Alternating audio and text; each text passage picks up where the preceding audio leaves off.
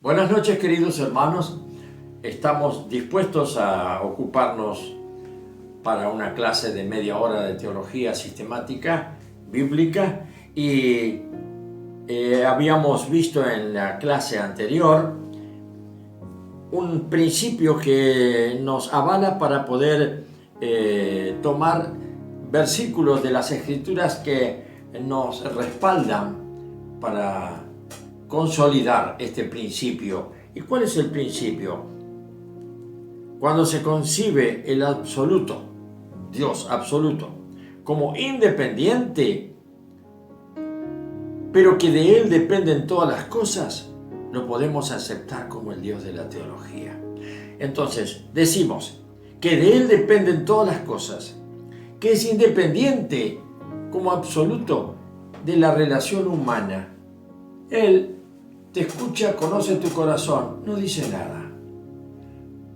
Pero en algún momento, como te tiene en cuenta, si es que estás elegido desde antes de la fundación del mundo, Él te va a hablar. Y te va a hablar desde lo absoluto, siendo Él independiente, nadie le va a decir nada qué es lo que tiene que hacer. Y cuando uno ora y pide algo, eso queda a criterio de que eso que estamos pidiendo no sea para nuestra autodestrucción, sino que el que mira todo porque es absoluto e independiente y conoce todo para atrás y para adelante, Él es. No tiene ni pasado ni futuro, pero es una forma de decir, Él no te lo va a dar porque te va a hacer daño. Por lo tanto, aquí está el hecho de que si Él no se manifiesta, nosotros no podemos conocerle jamás. Habíamos visto algunos versículos en la Escritura y habíamos llegado hasta Hechos 7:25. Hoy vamos a ver sobre la independencia de pensamiento. Que Dios tiene independencia de pensamiento. Él piensa por encima de todos los pensamientos que pueda tener el hombre y los ángeles, por supuesto. Él es el creador de los ángeles, que son potentes y perfectos como creación de Dios. En Romanos 11:33, vamos a leer el 32 también, nos dice así: porque Dios sujetó a todos en desobediencia para tener misericordia de todos. Y acá hay algo extraño, ¿no? Vamos a leer ahora el 33. Oh, profundidad de las riquezas, de la sabiduría y de la ciencia de Dios. Cuán insondables son sus juicios e inescrutables sus caminos. Imposible de llegar a descubrir sus caminos. Pero, ¿qué tal con esa hermosa revelación de su antojo de enviar a su Hijo a que venga y se comunique con nosotros y nos cuente cómo es el reino y nos diga quién es el Padre y nos muestre al Padre en su propia imagen? Y que de Él pueda decir el apóstol Pablo que Él es la imagen visible del Dios invisible que vino al mundo. Es antojadizo Dios. Pero ¿qué le vas a decir? Él es soberano. Y por lo tanto, se le ocurrió mandarnos a todos al pozo del abismo. El versículo de Reina Valera 60 nos habla y nos dice, porque Dios, ¿qué hizo? Hizo algo en su soberanía independiente, en su accionar diferente al nuestro. Sujetó a todos en desobediencia para tener misericordia de todos. ¿Cómo? Acá es medio complicado decir esto. ¿Por qué? Porque Dios sujetó a todos en desobediencia. O sea, todo el que desobedeció fue porque Dios lo había planeado. tenemos que aceptar esto. Efectivamente, si el Señor, soberano Dios y Padre de nuestro Señor Jesucristo, no hubiera determinado permitir el pecado en el ser humano, no hubiera podido ejercer la soberanía y la intangible justicia que hay en Él, solo en Él, para recibir la gloria merecida por cada juicio sobre cada uno de los condenados que no aceptan a su Hijo. Hay un juicio tremendo, y este juicio le glorifica a Él de una manera. Nosotros vemos eso cuando alguien se pavonea con algo y decimos, es un soberbio, es un egoísta, busca solo la gloria para él. ¿Sabes una cosa? ¿Por qué decimos o pensamos eso? Porque le vemos que es un hombre, pero a Dios no le podemos indigar nada. ¿Por qué? Porque Él es Dios, y Dios solo busca la gloria de sí mismo. Todo lo que hizo lo hizo para sentir que Él es, para verse reflejado en sí mismo con lo que hace. Por eso este versículo, se le ocurrió hundirlos a todos, para que todos conocieran su misericordia y su justicia. ¿Y cómo iban a conocer su misericordia? Su plan es perfecto. Habló con su hijo y le dijo, hijo, ¿puedes ir a la tierra y hacerte hombre? Y esta reunión del Padre, el Hijo y el Espíritu Santo le llamamos en la teología el consejo eterno de la Trinidad. Un consejo, no de dioses, sino de las tres personas del mismo Dios. Y las tres estuvieron de acuerdo. ¿Por qué? Porque era gravitante, era algo tremendo. Que Dios recibiera gloria por su justicia y a la vez recibiera gloria por su gracia y misericordia con aquellos que se arrepintieran, si es que cuando fuera el Hijo y tomara carne, tomara naturaleza humana y se mostrara en medio de los hombres, le reconocieran como el único Dios. Algo espantoso para la mente humana, que Dios se haga hombre. Por eso todavía hoy van a pasar más siglos quizá, o menos tiempo, o muchas décadas, no sé cuándo Él viene otra vez a la tierra, pero van a pasar y pasar muchas generaciones, creo. Y ninguno nace con aquel sentir de llegar directamente, apenas balbucea, por favor, ¿dónde está Jesús? Que quiero tomar contacto con Él. Todos traen la marca de la rebeldía. Y puedes observar ese amoroso nietito de 3 años, esa amorosa nietita de 4 o 5 años. ¿Qué grado de rebeldía tiene ahí adentro? Que la mamá le dice, toma la leche, nene. Él no quiere. ¿Y qué contesta? No quiero. Ya se siente eso que viene adentro del niño, que es ser Dios de sí mismo. No va a buscar a Dios. Por eso, cuando alguien puede creer en este niño que nació como todos los demás, se hizo grande, se hizo hombre, habitó en medio de nosotros, y han pasado 2000 años, ¿puedes creer en Él? No. No puedo creer en Él. Yo no puedo creer en Él. Él es igual que yo, es un hombre. Tantos hay en la historia, grandiosidades, prodigios de seres humanos en la historia de la humanidad, en la ciencia, en las artes, en todos los ramos del desarrollo humano. Así que no puedo creer. Yo recuerdo esto y es cierto, porque porque me lo contó él mismo. Un gran pastor que fue un poco mi padre espiritual hace 40, 50 años atrás.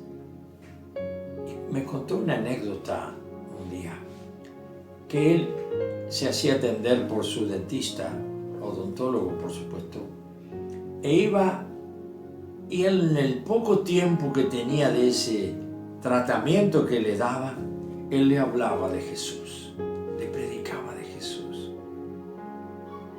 El especialista, el profesional, solo lo escuchaba. Iba otra vez y volvía a hablarle de Jesús. Y con una sencillez, pero también con un denuedo, lleno del Espíritu Santo, le hablaba de Jesús.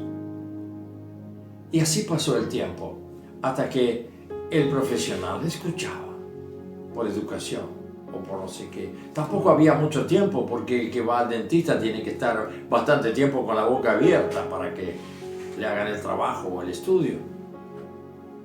Así que, en un momento, un día que fue, el dentista le dijo: Reverendo Pastor Miller, ¿sabe qué? ¿Cómo me gustaría poder creer lo que usted cree? Pero no puedo.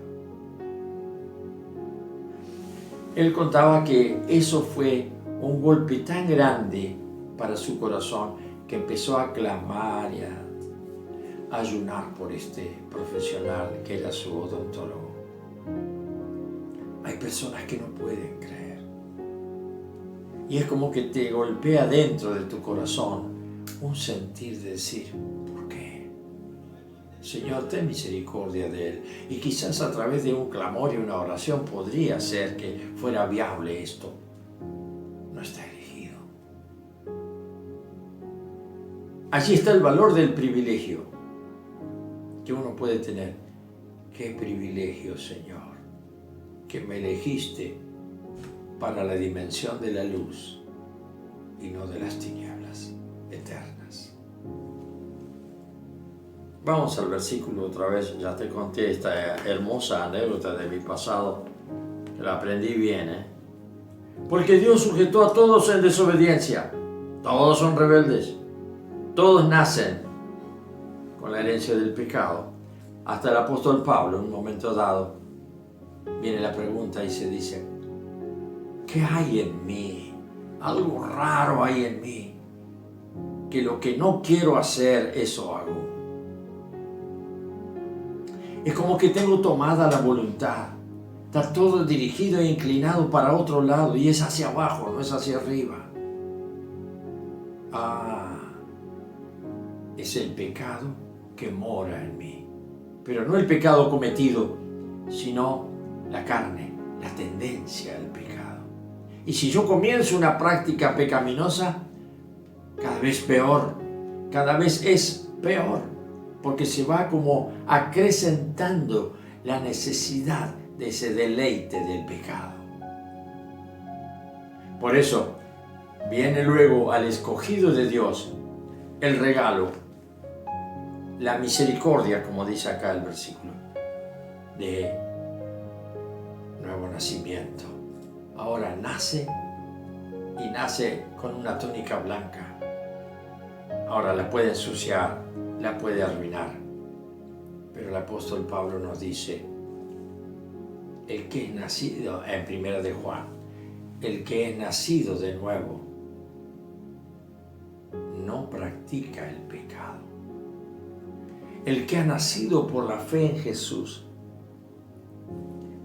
ahora tiene la vida de Jesús adentro, y ahora tiene la luz para ver lo que es el mundo del Espíritu. Por eso, en el libro de Juan, capítulo 1, de los primeros versículos, hablando de Jesús, dice: en él estaba la vida, y la vida es la luz de los hombres. Si no tienes vida, no tienes luz. Ahora, si no tienes luz, tampoco tienes vida. Tu fe puede ser simplemente una adhesión religiosa. Te ten cuidado. Anda en tu soledad, ponete de rodillas esta misma noche y habla con el Señor diciéndole: Señor, yo quiero nacer de nuevo. Y como dice la palabra, no somos los que hemos nacido, no somos hijos de la carne ni de la sangre, sino directamente engendrados por Dios. Si no te sientes engendrado por Dios, yo dudo de que no estés metido en el pecado o atado por el pecado. Y el pecado es la soga del diablo para darte una vuelta más cada vez que lo haces. ¿Qué versículo maravilloso es este? Porque Dios sujetó a todos en desobediencia para tener misericordia de todos. Acá viene el otro. ¿Tenía misericordia de este odontólogo? Sí, pero no podía arrepentirse porque no estaba elegido. Muchos son los llamados, pocos los escogidos.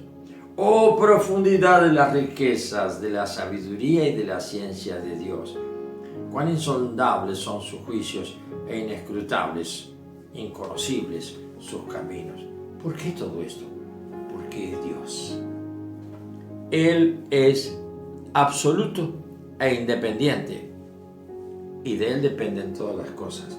Menos mal que Él, en su mundo infinito e independiente como absoluto, se acordó, formó un ser como tú y como yo para alojar el misterio de la fe en el corazón, donde está el Espíritu vivo por haber creído en su Hijo. Para eso vino Jesús. Jesús no vino para morir y darme felicidad.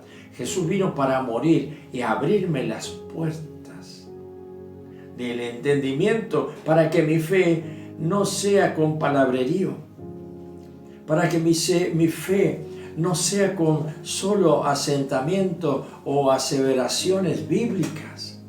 Mi fe tiene que tener es el contenido de mi espíritu, donde está una nueva criatura nacida que se comunica con su Padre.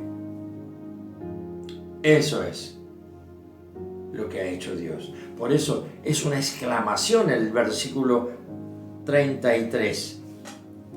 Oh, profundidad de las riquezas, de la sabiduría y de la ciencia de Dios. Cuán insondables son sus juicios e inescrutables, inconocibles sus caminos. ¿Con esto Dios queda lejos de nosotros? No. Con esto queda más cerca que nunca. ¿Por qué? Porque nos mandó con todos, como si fuéramos a ir al mismo infierno. Pero un día X, a tal edad, a tal hora, produjo en mí un quebrantamiento, una conmoción interior, por X motivos que tú lo sabes, yo sé el mío. Y allí hubo conmoción en mis adentros y pude tirarme por tierra y decir: Señor, abriste mis ojos, has quebrantado mi corazón. Y como dijo el mismo Job, de oídas te conocía, pero ahora mis ojos te ven. Hermoso Dios, glorioso Dios, y qué bueno que es nuestro lugar en Cristo, que estamos para humillarnos, agacharnos y decir: Señor, muéstrame cada día tu voluntad. ¿Qué es lo que deseas? Y yo voy corriendo a hacerlo. ¿Qué nos dijo Jesús?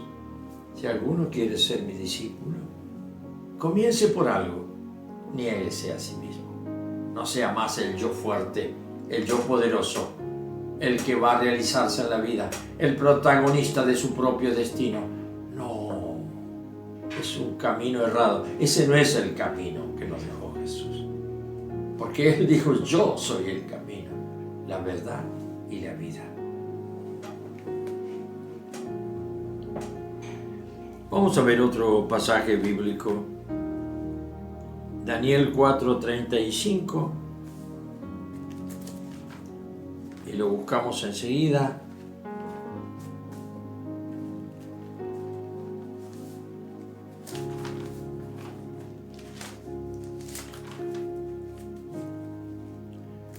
Téngame paciencia un poquito.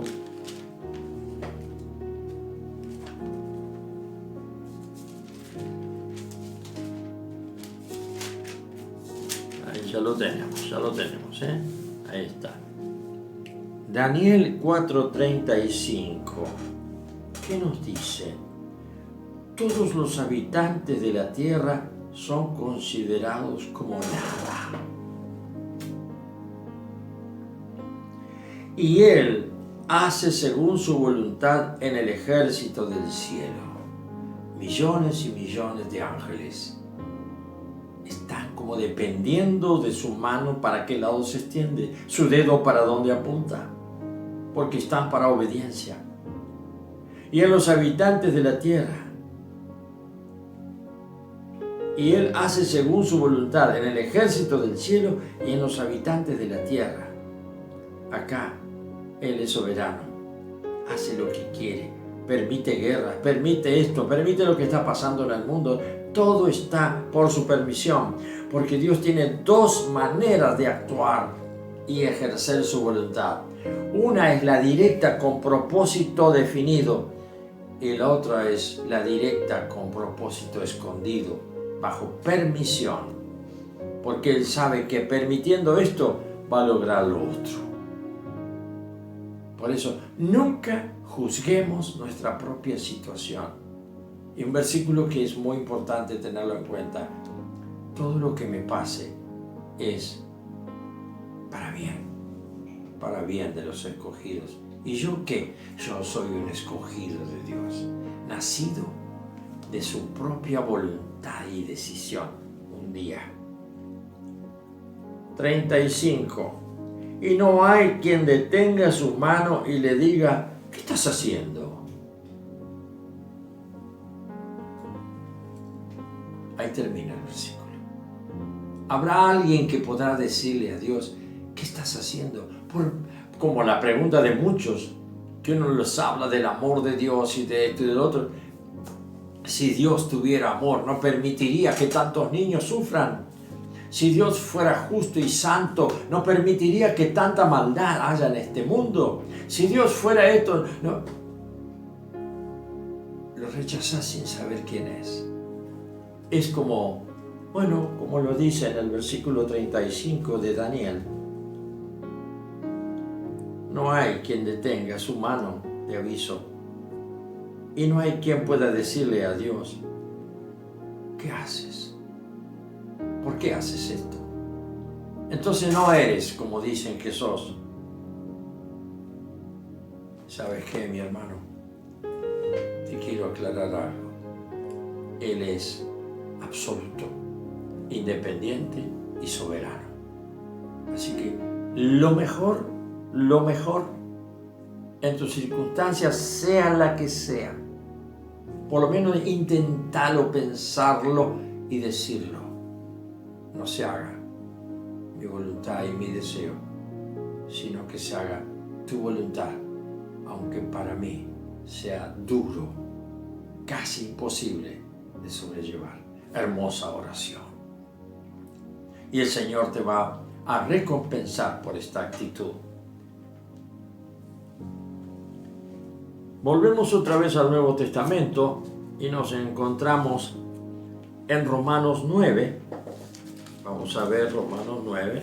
Siempre versículos que están como dando la base al Dios, en este caso, mostrando la independencia de su voluntad. Él es independiente. Él no se sujeta a nada de que alguien le opine. Cuando Satanás se levantó contra él en el trono, él hubiera podido pensar un ratito y decirle: bueno, ¿y si le doy un trono a este y arreglo con él? Llegamos a una concertación de gobierno. Eso es lo que Satanás quiso hacer con Jesús en el monte de la tentación, en el desierto. le dijo, todo esto que ves, y le mostró el futuro con todas las naciones que él tenía para gobernar.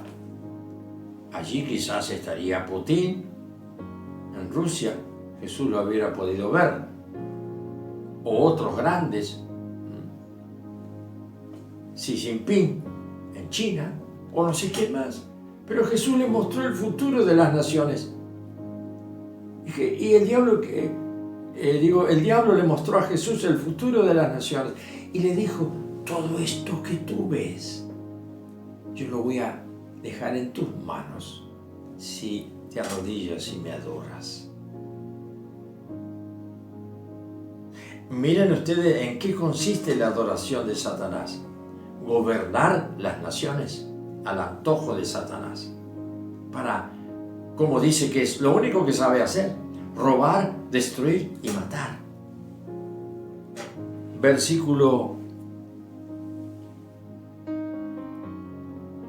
Romanos 9, versículo 19. A ver qué nos dice.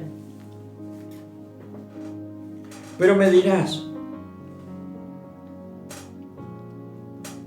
el versículo 18, vamos a ver. De manera que de quien él quiere, tiene misericordia. Y al que quiere endurecer, endurece. Lo hizo con Faraón. Dice la Escritura que Jehová Dios endureció el corazón de Faraón y no los quería dejar salir de Egipto a su pueblo después de 400 años que estaban esclavos. De manera que de quien quiere tiene misericordia y al que quiere endurecer, endurece. Pero me dirás, ¿por qué pues inculpa? Porque ¿quién ha resistido a su voluntad? Sabemos, y a veces por experiencia personal, que cuando uno resiste algo que sabe claramente, porque lo tiene en la palabra para obedecer, la palabra escrita, que es el mandato de Dios, el Espíritu Santo la confirma en tu corazón y te resistes y no haces. Bueno, espera nomás. Dios es fuego consumidor, no te olvides. Y no te va a dejar pasar nunca nada. ¿Por qué? Porque la rebeldía es el pan de cada día que come Satanás. Él quedó marcado por su rebeldía y es el rebelde eterno, el enemigo de Dios y enemigo de los hombres. Un versículo más que terminamos reforzando esta realidad en que la teología bíblica puede basarse. Dios es absoluto, independiente, soberano, hace lo que Él quiere. Así que hasta aquí llegamos en esta oportunidad y creo que quedan todavía algunos versículos más para probar a este Dios bíblico, que es lo único que tenemos, el camino de la fe puesta así. ¿Qué es la fe? Convicción. Te transmito mi fe. Yo estoy convencido de que lo que te he leído en estos versículos es la única sabiduría que puedo tener respecto a Dios y que lo encuentro solo en las Escrituras, porque Él me dio convicción por medio de su Espíritu Santo para que yo tenga esto como lo más seguro en mi vida futura y para la eternidad. Que el Señor te bendiga.